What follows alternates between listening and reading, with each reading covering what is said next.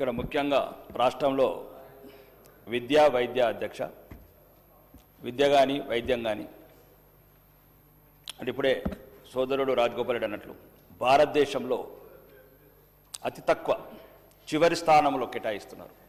అంటే ఈ ప్రభుత్వానికి ప్రాధాన్యత రంగంలో విద్య లేదు వైద్యం లేదని వాళ్ళ బడ్జెట్ కేటాయింపులతో అర్థమవుతుంది అధ్యక్ష.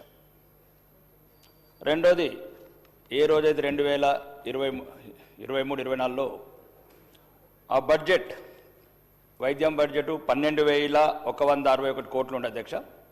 మేము ప్రభుత్వంలో అధికారంలో రాగానే రెండింతలు చేస్తామన్నారు అధ్యక్ష.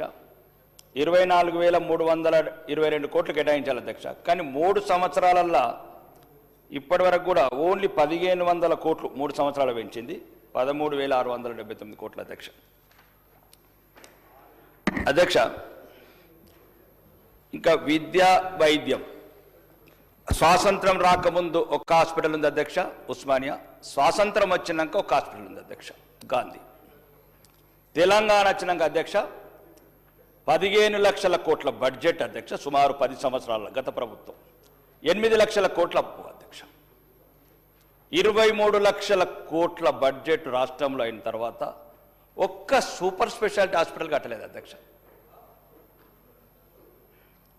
జనాభా పెరుగుతుంది, 1,00,000 కోట్ల ఆదాయం ఉన్న రాష్ట్రం 3,24,000 కోట్లు అయింది అధ్యక్ష. మాటలకే పరిమితం అవుతున్న ప్రభుత్వాలు. నేను ఏ ప్రభుత్వాన్ని విమర్శించదలుచుకోలేదు అధ్యక్ష,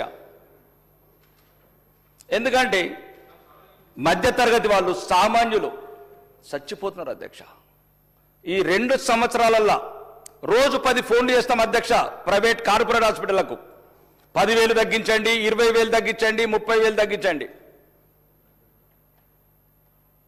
విద్యారంగంలోనేమో ఉపాధ్యాయులు ఉంటారు, విద్యార్థులు ఉండరు. హాస్పిటల్లో పేషెంట్లు ఉంటారు, డాక్టర్లు ఉండరు. ఇవేం ప్రభుత్వాలు అధ్యక్ష? అన్నిటికన్నా ముఖ్యమైనది అందరు చెప్తారు అధ్యక్ష, ప్రతి సభ్యుడు, ప్రతి ముఖ్యమంత్రి, ప్రతి ప్రభుత్వం విద్యా వైద్యం ఎప్పుడు కట్టుకుంటాం అధ్యక్ష? కోరి తెచ్చుకున్న తెలంగాణ. ఇప్పుడు ఒక మంత్రి గారు అన్నారు 1,200 మంది బిడ్డలను కోల్పోయి తెచ్చుకున్న తెలంగాణలో 10 సూపర్ స్పెషాలిటీ హాస్పిటల్ కట్టుకోలేము అధ్యక్ష. ఎక్కడికి వెళ్ళాలి అధ్యక్ష? గాంధీ హాస్పిటల్లో బెర్త్ దొరకదు, నిమ్స్ హాస్పిటల్లో 3 నెలలు వెయిటింగ్ అధ్యక్ష. మాకు ఎప్పుడన్నా బెర్త్ అవసరం అయితే ఆరోగ్య శాఖ మంత్రి రికమెండేషన్ చేసుకుని బెర్త్ తీసుకుంటాం అధ్యక్ష. అందులో ఒక ఎల్ఓస్ అనేది అక్సెప్ట్ చేస్తారు కాబట్టి ఎక్కడ అధ్యక్ష? 4 కోట్ల ప్రజలు. మరీ దారుణంగా అధ్యక్ష, జిల్లా కేంద్రాలలో దారుణం ఉన్నది. ప్రభుత్వం ప్రాధాన్యత ఇప్పుడు కాకపోతే ఎప్పుడు అధ్యక్ష? ఇప్పుడే ముఖ్యమంత్రి గారు, మంత్రులు ఎవ్వరు మాట్లాడినా మిత్తిలకు పోతున్నాయి. మళ్ళీ ఇవే మిత్తిలకు పోతే మళ్ళీ వచ్చే ప్రభుత్వం 8,11,000 కోట్లు గత పాలకుడు, గత ప్రభుత్వం అప్పు చేస్తే ఇప్పుడున్న ముఖ్యమంత్రి ప్రభుత్వం ఏమంటుంది అధ్యక్ష? ఉన్నదంతా మిత్తిలకే పోతుంది. మరి మళ్ళొచ్చే ప్రభుత్వం ఏం చెప్తారు అధ్యక్ష? ఇంకా మిత్తిలకు కూడా ఉన్నదిగా, నెత్తిలు తాకట్టు పెట్టాలిగా. ఇప్పుడేంటి అధ్యక్ష? కొన్ని స్థలాలు ఉన్నాయి హాస్పిటల్ అధ్యక్ష. బసవతారకం అనే ఒక క్యాన్సర్ హాస్పిటల్ అధ్యక్ష, వేలాది మంది ఒక క్యాన్సర్ హాస్పిటల్ కట్టుకోలేము అధ్యక్ష. ఒక 4 నిమిషాలు కట్టుకోలేము అధ్యక్ష. పేదవాడికి సామాన్యుడికి ఏమిస్తాం అధ్యక్ష? నేను అనేది ఒకటి అధ్యక్ష, ప్రభుత్వం 1,00,000 కోట్లకు ఒక సూపర్ స్పెషాలిటీ, ఇంకా 2022లో 3 హాస్పిటళ్ళు మొదలు పెట్టారు అధ్యక్ష. 3, 4 ఇప్పటికి కంప్లీట్ కావు. 1,00,000 కోట్ల అప్పులు వస్తాయి. RBI నుంచి బాండ్లు తీసుకుంటారు, అప్పులు తెచ్చుకుంటారు. వారంకు 1,000 కోట్లు. ఎందుకు కావు అధ్యక్ష?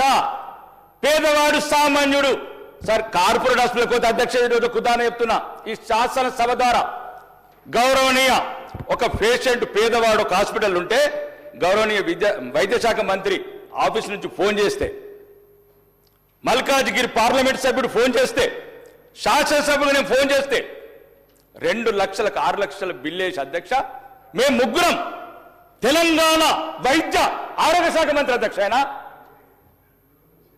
Malkajgiri member of parliament Armur శాసనం మేము ఫోన్ చేస్తే 25,000 తగ్గిస్తారు అధ్యక్ష. వాళ్ళు బిల్లు 3 లక్షలు ఎక్కేస్తారు. ఎక్కడికి పోవాలి అధ్యక్ష? ఒక మంత్రికి గౌరవం లేదు, ఒక ఎంపీకి గౌరవం లేదు, ఒక శాసనసభ్యుడికి గౌరవం లేదు. ఎక్కడ అధ్యక్ష? ఎక్కడ? ఒకవేళ ప్రభుత్వం చేతులెత్తేసిన తర్వాత అధ్యక్ష, మొన్న పేపర్లో చదివాను, ఏదో కొండాపూర్ల ల్యాండ్, జూబిలీహిల్స్ ల్యాండ్ ఇంకెందుకు అమ్ముతారు అధ్యక్ష? మరి హాస్పిటల్ ఎక్కడ కడతారు? ఎక్కడ కడతారు అధ్యక్ష? ఇప్పుడు గాంధీ లాంటి హాస్పిటల్ కట్టాలి, సికింద్రాబాద్లో ఉస్మానియా లాంటి హాస్పిటల్ కట్టాలి కదా అధ్యక్ష. స్థలాలను నమ్ముకుంటూ పోతే ఎట్లా? మొన్న ఏదో 42 ఎకరాల ల్యాండ్ ఉంది, కమర్షియల్ ల్యాండ్ ఉంది, యాక్షన్. ఒకవేళ మీకు కాలేదు, బసవతారక ట్రస్ట్ ఇవ్వండి. మీకు ఒకవేళ స్థలాలు ఉన్నాయి అధ్యక్ష, అవి తెలంగాణ ప్రజల ఆస్తి, తెలంగాణ సామాన్య పేద ప్రజల ఆస్తి. మీకు ఒకవేళ గవర్నమెంట్లో ఇబ్బంది ఉంది ఆర్థికంగా, ట్రస్ట్కి ఇవ్వండి. అమృతమైన ఒక ట్రస్ట్ ఉంది, చాలా ట్రస్ట్ ఉన్నాయి దేశంలో. మీరు స్థలాలు ఇవ్వండి. వాళ్ళు బసవతారకంలాగా మన ఆరోగ్యశ్రీ అక్సెప్ట్ చేస్తారు. నేనేమంటున్నా అధ్యక్ష, నేను 2 సంవత్సరాల నుంచి ఎదుర్కొంటున్నాను సమస్య ఇది. మొన్న ఒక యాక్సిడెంట్ అయింది అధ్యక్ష, మెట్పల్లిలో. తండ్రి చనిపోయాడు, తల్లి చనిపోయింది యాక్సిడెంట్లో. చిన్న పిల్లని తీసుకెళ్లి నిజామాబాద్ హాస్పిటల్ వేస్తే రోజు ₹1,00,000 బిల్ అధ్యక్ష. రోజు 1,00,000. రోజు వాళ్ళ మంతెన గ్రామం, వాళ్ళ అమ్మమ్మ తాతయ్య ఒకటే పాప బతికింది. రోజు 1,00,000. ఒక 2 నిమిషాలు అధ్యక్ష, 5 నిమిషాలు. నేను ఎక్కువ ఏం మాట్లాడలేదు అధ్యక్ష. గంటలు దినం రోజు ఫోన్ పేల మీద వసూలు చేసుకుని ఫీజులు కట్టిన అధ్యక్ష. ప్రభుత్వం మేము చేతులు ఎత్తేసింది. నేనేమంటున్నా అధ్యక్ష, ఇది విమర్శ కాదు, మీరు సద్విమర్శగా తీసుకోండి. సామాన్యుడికి, పేదవాడికి కార్పొరేట్ హాస్పిటల్ ఏం చేస్తారు అధ్యక్ష? అది హాస్పిటల్ లాగా ఉన్నాయి అధ్యక్ష. అవి ప్రాణం కంటే ప్రాఫిట్ ముఖ్యమైనది అధ్యక్ష. వాళ్ళకి ఏమున్నది అధ్యక్ష? ఆడ రోగి ఇప్పుడు వైద్య రంగంలో నడుపుతలేదు అధ్యక్ష. వైద్యుడు కాదు, ఆ డాక్టర్ కూడా అమాయకుడా. మొత్తం కార్పొరేట్ కంప్యూటర్ డిజైన్ చేస్తుంది. రోజు లక్షల కొద్ది బిల్లు. వాళ్ళని ఏమంటాం అధ్యక్ష? సామాన్యులకు ప్రభుత్వం అండగా ఉండాలి అధ్యక్ష. రెండోది, ఆరోగ్యశ్రీకి బిల్లులు ఉన్నాయి. ఆడ హాస్పిటల్ ఆరోగ్యశ్రీ ముక్కు ఇస్తాడు. సీఎం రిలీఫ్ ఫండ్ అధ్యక్ష, నేను ఈరోజు ఈ ప్రభుత్వంలో చూసిన సీఎం రిలీఫ్ ఫండ్ ఇమీడియట్ కానీ ఏమొస్తుంది అధ్యక్ష? ఆడ 5 లక్షలు పెడితే 20,000 వస్తాయి అధ్యక్ష. ఆడు 3 లక్షలు పెడితే 20,000 వస్తాయి అధ్యక్ష. దేనికి అవి? వైద్యం లేదు. సామాన్యుడు చితికిపోతున్నాడు. నేనేమంటున్నాను ప్రభుత్వాన్ని, దయచేసి 3 లక్షల కోట్లు ప్రతి సంవత్సరం, 1,00,000 కోట్లు పెట్టి ఒక సూపర్ స్పెషల్ హాస్పిటల్ కట్టండి. 3 లక్షల కోట్లు కదన్నా, 3 హాస్పిటల్ కట్టండి. నెక్స్ట్ ఇయర్ 4 లక్షల కోట్లు కదన్నా, 4 హాస్పిటల్ కట్టండి. నిమ్స్లు 4 కట్టండి. జిల్లాల అధ్యక్ష స్టాఫ్ లేరు ఎక్కడ. నేను 2 సంవత్సరాల నుంచి అడుగుతున్నాను. ఓకే, ఈరోజు ఒక వేదిక ద్వారా చెప్తున్నాను అధ్యక్ష, భూములు అమ్మడం మానేయండి అధ్యక్ష. భవిష్యత్తులో హాస్పిటల్ అసలుకే ఉండే అధ్యక్ష. పేదవాడు చచ్చిపోతాడు. ఎప్పుడో ఒకసారి అమ్ముడు అయిపోయినాయి అనుకోండి అధ్యక్ష. మీ ద్వారా ఇప్పుడు గౌరవనీయ శ్రీధర్ బాబు గారు ఉన్నారు, ఇంటలెక్చువల్ మంత్రి గారు. అన్న నీకు చెప్తున్నా, 3 ఏళ్ల తర్వాత కూడా అమ్ముడు పోయిన తర్వాత భూములు అయిపోతాయి అన్న. ఎప్పుడో ఒకరోజు అయిపోతాయి. ఇప్పుడు అయిపోయినాయి అనుకుందాం. ఇప్పుడు అన్న 4 ఏళ్ళకు అయిపోతాయి, 5 ఏళ్ళకి అయిపోతాయి. మనమే అంటున్నాం అమ్ముకుంటా నియో పోలీస్ కాడికి వెళ్ళి 100 కోట్లకు తెచ్చినాం. రేపు హాస్పిటల్ కట్టాలంటే ఎక్కడ కొంటాం అధ్యక్ష మనం? రేపు అక్కడ హాస్పిటల్ కట్టాలా, ఇందిరా పార్క్ కట్టాలా, ఎల్బీ స్టేడియం కట్టాలన్నా. ఈ రోజు శాసనసభ్యులు ఎక్కడ ఆటలు ఆడుతున్నామన్నా? ఎల్బీ స్టేడియం 50 ఏళ్ల కింద కట్టిన ఎల్బీ స్టేడియం ప్రాధాన్యత అయితే భవిష్యత్తులో ఏ స్టేడియాలు కడతారన్నా మీరు?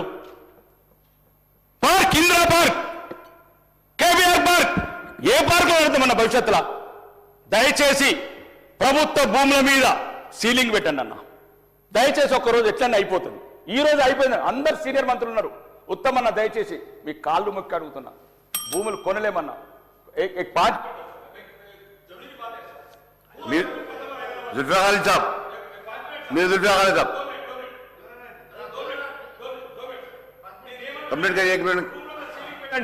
భూముల మీద సీలింగ్ పెట్టండి.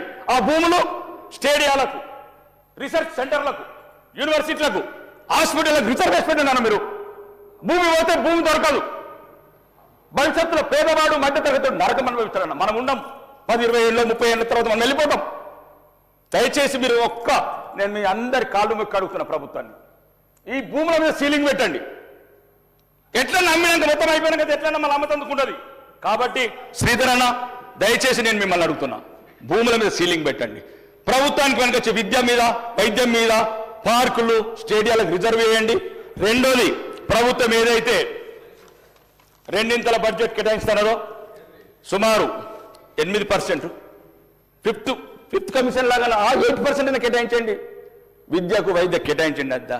అధ్యక్ష నేనేం చెప్తున్నట్టు ఏం బాధలేదన్నా, మనం ఎట్లన్నా మంచిగా బతాం, కానీ సామాన్యులు నరకం చూస్తున్నారు. నరకం చూస్తున్నారు. ఒక్కసారి ఆలోచించండి. పెద్ద మనసుతోని హాస్పిటల్ ఎంత వీలైతుందో పెద్దవి కట్టండి, ఎంత ఎక్కువైతే అంత కట్టండి. ఎట్లయితే సార్ ఒక్కటేసారి మీలో టాలెంట్ లేదా? 21,000 కోట్లు రుణమాఫీ చేసిన ప్రభుత్వం మీది. నేను రోజు వ్యక్తిగతంగా చెప్తాను, మీ దగ్గర కెపాసిటీ ఉంది. 9,000 కోట్లు ఒకేసారి రైతు బంద్ చేసిన ప్రభుత్వం మీది. మీ దగ్గర టాలెంట్ ఉంది, మీరు డబ్బు తేగలుగుతారు.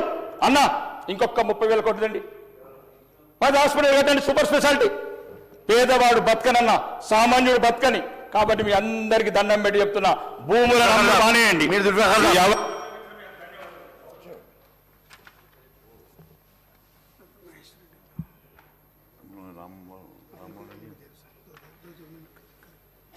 Honorable panel speaker, sir.